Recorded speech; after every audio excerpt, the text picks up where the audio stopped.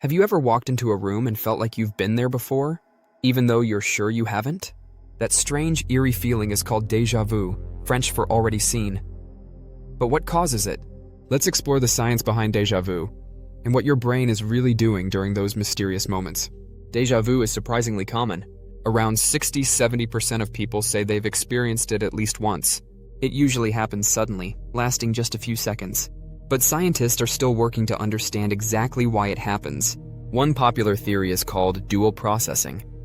Your brain processes information through multiple pathways. Sometimes a delay or hiccup in one path causes a momentary mismatch, so you perceive something twice, but slightly out of sync. The second perception feels familiar, like you've already experienced it, even though it's happening for the first time. Another theory is memory misfire. Your brain accidentally files a brand new experience into your long-term memory instead of short-term. It tricks you into thinking it's a past memory, not a present moment. So it feels like a recollection, not something new. There's also the hologram theory, based on how your brain stores memories.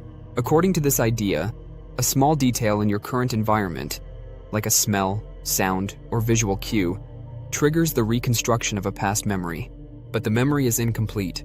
You get a feeling of familiarity, but you can't quite place it. That mismatch between partial recall and reality may be what causes déjà vu. Fun fact, déjà vu is more common in younger people, especially ages 15 to 25. It decreases with age, possibly because younger brains are more active in memory formation. Contrary to some myths, déjà vu is not usually a sign of brain damage. However, frequent or intense déjà vu can be linked to temporal lobe epilepsy, where seizures start in the memory centers of the brain. In those cases, déjà vu can be a warning sign of an oncoming seizure. There's even a name for its opposite, jamais vu, or never seen.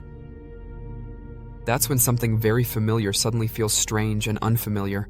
It's the brain doing the opposite trick, blocking recognition, even when it should be there.